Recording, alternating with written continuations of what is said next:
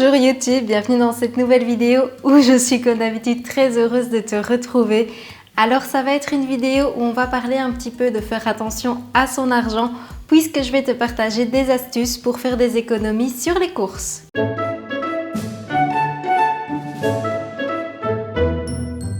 Comment réduire son budget course? C'était une vidéo assez logique suite à mon défi petit budget où pendant une semaine je t'ai partagé des repas à moins de 1 euro.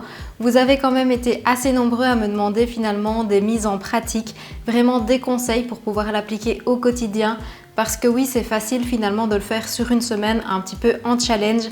Mais pour le faire au quotidien, c'est peut-être un petit peu plus compliqué. C'est pour ça qu'ici dans cette vidéo, je vais te partager vraiment des astuces, des choses vraiment très faciles à mettre en place. Tu l'auras compris, le but de cette vidéo est donc de te faire économiser de l'argent. Tout simplement parce que je trouve que c'est assez opportun à l'approche des fêtes pour pouvoir faire plaisir à ta famille ou pour même diverses autres raisons, pour pouvoir économiser, pour partir en vacances ou tout simplement parce que tu souhaites faire attention et d'épargner. Ça peut être vraiment pour plein de raisons différentes. Bref, j'arrête de blablater parce que j'ai tendance à faire des intros qui durent un peu trop longtemps et je te partage directement la première astuce.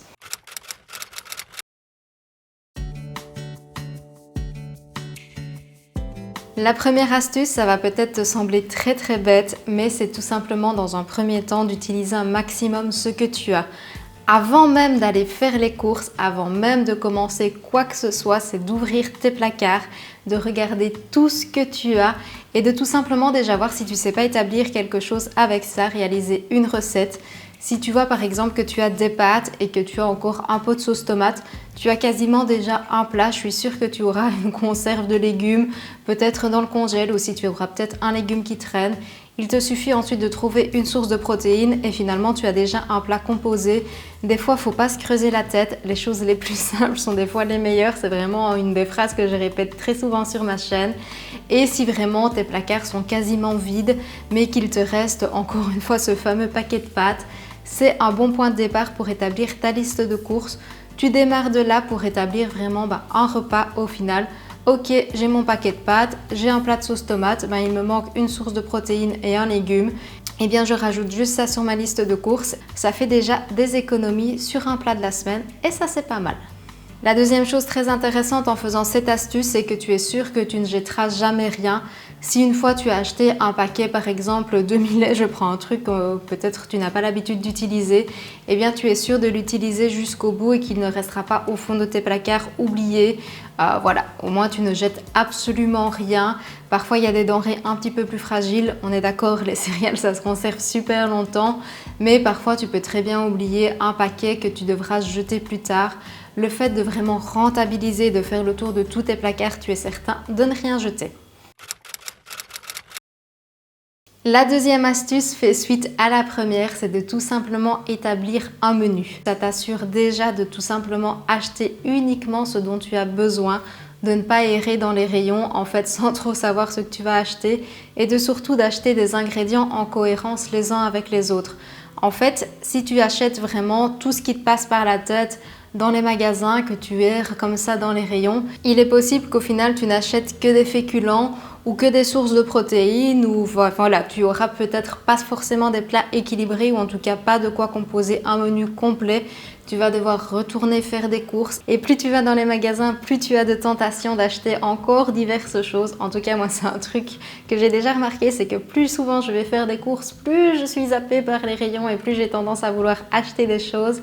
Non, vraiment, quand tu établis un menu, tu t'en tiens à ça, tu as quelque chose de cohérent, tu as tous tes ingrédients qui fonctionnent ensemble. Et petite astuce quand tu établis ton menu, c'est d'essayer d'inclure des ingrédients dans plusieurs recettes. Je vais reprendre les pois chiches, tu peux les transformer en houmous, tu peux les faire rôtis au four, tu peux les servir à l'apéro avec plein d'épices aussi. Donc tu as vraiment moyen pour un seul ingrédient de le transformer de plein de manières. Donc ça, c'est vraiment pas mal. Et au final, ça te permet aussi de rentabiliser ta liste de courses avec le moins d'ingrédients possible et de pouvoir acheter en grand volume. Tout ça nous amène aussi à regarder le prix au kilo. Ça, c'est vraiment une chose très importante. Parfois, tu as l'impression peut-être de faire des économies quand tu achètes des plus petits volumes parce que tu vois que le prix est plus intéressant. Mais vraiment, le prix au kilo n'a rien à voir. Si ce sont des denrées que tu es sûr de consommer, par exemple, je vais prendre mon exemple de pois chiches, mais moi j'en consomme énormément, c'est une denrée dont je suis certaine d'avoir l'utilité. J'ai aucun problème à acheter vraiment un gros conditionnement parce que je suis sûre que ce sera consommé et ça me fait faire des petites économies parce que je sais que le prix au kilo sera très différent et n'aie pas peur aussi de faire des stocks. Tout simplement parce que parfois ça peut être très avantageux au niveau encore une fois de ce fameux prix au kilo. Oui, ton caddie sur le moment même te coûtera moins cher mais tu devras encore une fois retourner plus souvent au magasin, ce qui au final à la fin du mois t'aura coûté beaucoup plus cher et c'est vraiment pas intéressant, c'est pas du tout ce qu'on veut. Une autre astuce, et là ça va peut-être paraître un petit peu extrême, mais si tu as déjà vu mes vidéos retour de course, organisation, tu sais que personnellement je vais dans 3 magasins pour faire mes courses et ça c'est une abonnée qui me l'avait dit en commentaire, d'ailleurs je la remercie parce que c'est grâce à elle, mais c'est de faire une liste en fait d'où je prends quoi, où étaient les denrées que je prends habituellement, où elles étaient les moins chères. Je reprends mon exemple des flocons d'avoine, eh bien je sais maintenant que c'est au Lidl où elles me coûtent les moins chères, elles sont à 45 centimes pour le paquet de 500 grammes, eh bien maintenant je sais que c'est là que je dois faire le stock. Et les sauces tomates par exemple, je sais que c'est dans un magasin qu'on a en Belgique qui s'appelle Colruyt où elles sont les moins chères, eh bien maintenant je fais mon gros stock là. Vu que de toute façon j'irai quand même dans les 3 magasins, eh bien j'ai fait vraiment mon petit listing. Au début c'est un peu une gymnastique, mais j'ai gardé vraiment tous mes tickets et j'ai comparé. Alors j'ai vraiment fait ça que pour les produits de consommation courante, donc tout ce qui est sauce tomate, pois chiches, lentilles, les pâtes, vraiment les produits que je consomme absolument tout le temps. Tout ce qui est fruits et légumes, je ne l'ai pas fait parce que le prix est beaucoup trop variable et que sincèrement ça ne sert à rien.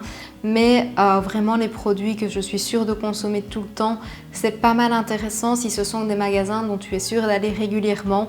Et si tu changes plus souvent, donc si tu fais pas comme moi les 3 magasins d'un coup, mais qu'une semaine tu vas à l'un, une semaine tu vas à l'autre, c'est pas plus mal de faire peut-être ce petit listing, comme ça tu sais, tiens quand je vais à celui-là, je vais acheter 2-3 denrées de ce produit-là parce que je sais que c'est moins cher là, et comme ça je suis tranquille pour un moment et je devrais pas le racheter à cet autre magasin où c'est un petit peu plus cher.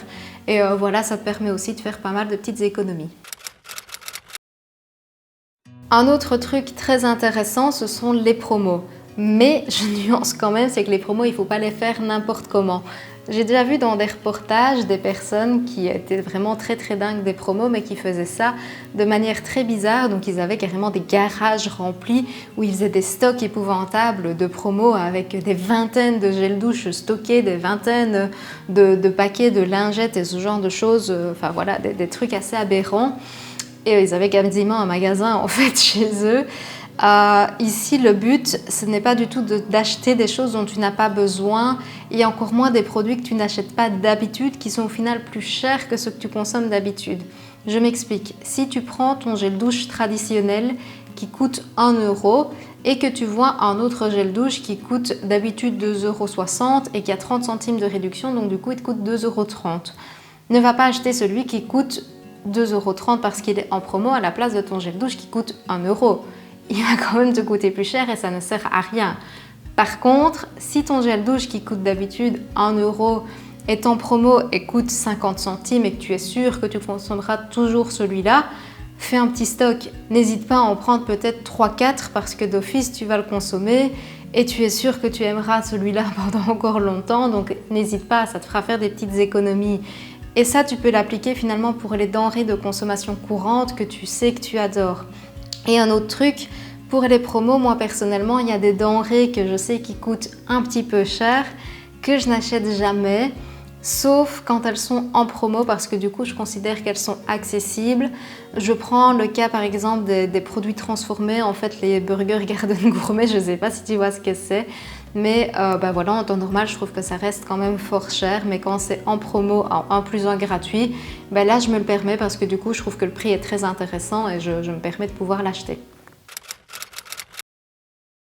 D'ailleurs, je rebondis sur mes produits Garden Gourmet, mes produits transformés, pour en venir à cette autre astuce qui est tout simplement d'acheter un maximum de produits bruts. Forcément, ça va te demander un petit peu d'organisation, ça te demande de cuisiner. Moins tu vas acheter de produits transformés, moins tes courses te coûteront cher parce que tu vas en fait te rendre compte que les produits transformés ne vont pas te faire beaucoup de repas ou alors en tout cas seront vraiment pas du tout sains pour ta santé et c'est forcément au détriment d'autres choses. Si je regarde des produits ultra transformés vraiment pas chers en général, c'est qu'il n'y a pas grand chose derrière. T'achètes de l'eau, t'achètes des produits chimiques, il n'y a vraiment pas grand chose donc c'est pas du tout intéressant. Et un truc aussi tout bête mais qui moi vraiment me fait vraiment de faire de belles économies, c'est tout simplement faire tes pépites de chocolat maison. T'achètes ton chocolat, tu le concasses vite fait avec un couteau. Si vraiment tu veux être tranquille pour un moment, tu fais une petite réserve dans un bocal, ça te fait faire de belles économies. J'avoue que le tofu, ça je le fais pas encore maison parce que je pense que ça prend du temps. Mais vraiment, tout ce qui est falafel et tout ça, les faire maison, ça te coûte bien moins cher. Ça se congèle très très bien, donc tu en fais une grosse quantité, tu allumes ton four une fois et t'es tranquille. Tout ce qui est collation aussi, tout ce qui est snack, tu fais des gâteaux, tu fais des banana bread. Tu as plein de recettes sur ma chaîne aussi. Tout ça, tu fais un gros batch une bonne fois. Je t'ai déjà présenté pas mal de vidéos avec des meal prep et il y en a d'autres qui arrivent sur ma chaîne. Mais faire du granola maison aussi, c'est vraiment de belles économies. En plus, tu adaptes tes goûts, c'est vraiment pas mal. Tu mets tout ce que tu veux dedans, tu es sûr que c'est à ton goût à toi. Et n'hésite pas à t'inspirer des recettes qui existent déjà. Regarde la liste des ingrédients et tu peux t'en inspirer pour refaire le tien. Au final, il y a pas de mal à ça. Alors, ce sera peut-être pas exactement le même, mais je suis sûre en plus de ça qu'il sera meilleur. Là, c'est une astuce qui m'a vraiment, moi personnellement, fait faire de belles économies. C'est tout simplement de faire les courses moins souvent. Donc ça, je t'en ai déjà parlé dans mes vidéos organisation courses, mais j'y vais tous les 15 jours maintenant. Parce que je suis une personne qui est encore, je l'avoue, très influencée par les packaging, par les nouveautés. J'aime bien tester des trucs. Enfin voilà, je pense que tu le sais, je suis très gourmande. Et quand il y a des petites nouveautés et tout, j'aime bien tester. Le fait d'aller moins souvent dans les magasins, je suis moins souvent tentée. Mais vraiment, surtout à l'approche des fêtes où tu as pas mal de produits assez nouveaux qui arrivent et pas mal de chouettes produits, ça peut être pas mal d'y aller un petit peu moins souvent et de ne pas essayer de se faire tenter comme ça par tous ces produits. Alors bien évidemment, on peut craquer, on peut se faire plaisir. Je ne te dis pas qu'il faut absolument arrêter de consommer et vivre comme des moines retraités. Mais je pense que si ton objectif c'est de faire des économies, moins souvent tu iras dans les magasins, moins tu seras tenté et ça, c'est pas plus mal. Autre astuce, c'est de ne pas avoir peur des produits premier prix. Quand je te parle des produits premier prix, c'est des produits premier prix bruts. Donc si je reprends par exemple en fait une expérience qui m'est arrivée dans les conserves, donc ça m'arrive de prendre des conserves parce que je trouve ça relativement pratique. Des fois la composition des produits moins chers sont plus clean que les grandes marques. Dans les grandes marques, ils mettent souvent du sucre, du sel, ce genre de choses et dans les premiers prix, c'est souvent plus clean. Je ne sais pas si c'est valable pour tout, mais c'est vraiment important de lire les étiquettes. Ça demande encore une fois un petit peu de temps, on est d'accord. C'est d'ailleurs pour ça que je vais faire mes courses qu'une fois tous les 15 jours en général. Mais ça te demande du temps au début. Après, tu as tes repères. On sait ce qu'on consomme, donc ça te demande un tout petit peu de temps au début, mais après, tu sais. Autre chose, c'est de ne pas avoir peur des surgelés. Non, les surgelés ne sont pas moins sains que les produits frais. Des fois, honnêtement, suivant où tu vas faire tes courses, bien au contraire, parce que sincèrement, ton poireau qui traîne là depuis 3 semaines sur l'étal du magasin, je peux t'assurer qu'il n'a plus beaucoup de vitamines, alors que celui qui a été surgelé quasiment après la cueillette, lui, il en contient encore. Mais je nuance encore une fois, il faut que le produit soit surgelé nature, sans sucre, sans huile, sans sauce. Alors voilà, il faut que le produit soit vraiment nature, brut. Il n'y a pas moins de vitamines, il n'est pas moins sain qu'un produit que tu aurais acheté dans ton magasin. Mais si tu cherches à consommer frais, vraiment consommer de saison, c'est le meilleur conseil que je peux te donner. Tout simplement parce que consommer de saison, tu peux regarder dans tous les magazines de promo, ce sera d'office ces aliments-là qui seront en promo parce qu'ils te font croire en réalité que c'est une promo, mais c'est pas en promo, c'est juste le prix normal parce que c'est de saison. Et surtout, ça te coûte bien moins cher, c'est bien plus riche en vitamines. C'est local en général parce que tu es sûr qu'au moins ça n'a pas été importé d'Espagne, du Maroc ou d'encore plus loin au final. Parce que des fraises en décembre, même si elles viennent de France ou de Belgique, je suis désolée, mais ce n'est pas des fraises qui ont été vraiment exposées au soleil ni à la terre naturelle. Elles n'ont pas spécialement les vitamines qu'elles sont censées t'apporter et encore moins finalement à la bonne saison. Parce qu'il faut savoir que la nature est quand même très bien faite. En hiver, tu as des oranges, tu as du citron, tu as du pamplemousse. Tout ça t'apporte quoi? De la vitamine C. Manque de luminosité, manque d'énergie. Vitamine C, évidemment. En été, tu as plein de fruits, plein de légumes gorgés d'eau. Ben oui, il fait chaud, on se déshydrate, donc tout ça est gorgé d'eau, ça te réhydrate. Et en plus de ça, ça a vraiment beaucoup plus de goût, donc tu te régaleras beaucoup plus. J'espère sincèrement que cette vidéo t'a plu. C'était donc 10 conseils pour faire des économies sur tes courses. N'hésite pas à me dire en commentaire si ces astuces t'ont aidé. J'ai encore pas mal d'idées à te partager, que ce soit encore sur le budget courses, dans la cuisine directement, dans la salle de bain aussi. J'ai encore des choses à te dire. Donc si ça te plaît, n'hésite pas à me le dire. J'essayerai de te partager d'autres vidéos. C'est un bon indicateur pour moi, les petits pouces en l'air. Je sais si ça te plaît, si je peux te proposer d'autres contenus de ce type. Pense à t'abonner aussi parce que je te partage sur cette chaîne pas mal de recettes gourmandes et finalement des mises en pratique de toutes les astuces que je viens de te partager dans cette vidéo. Et sur ce, je te dis santé!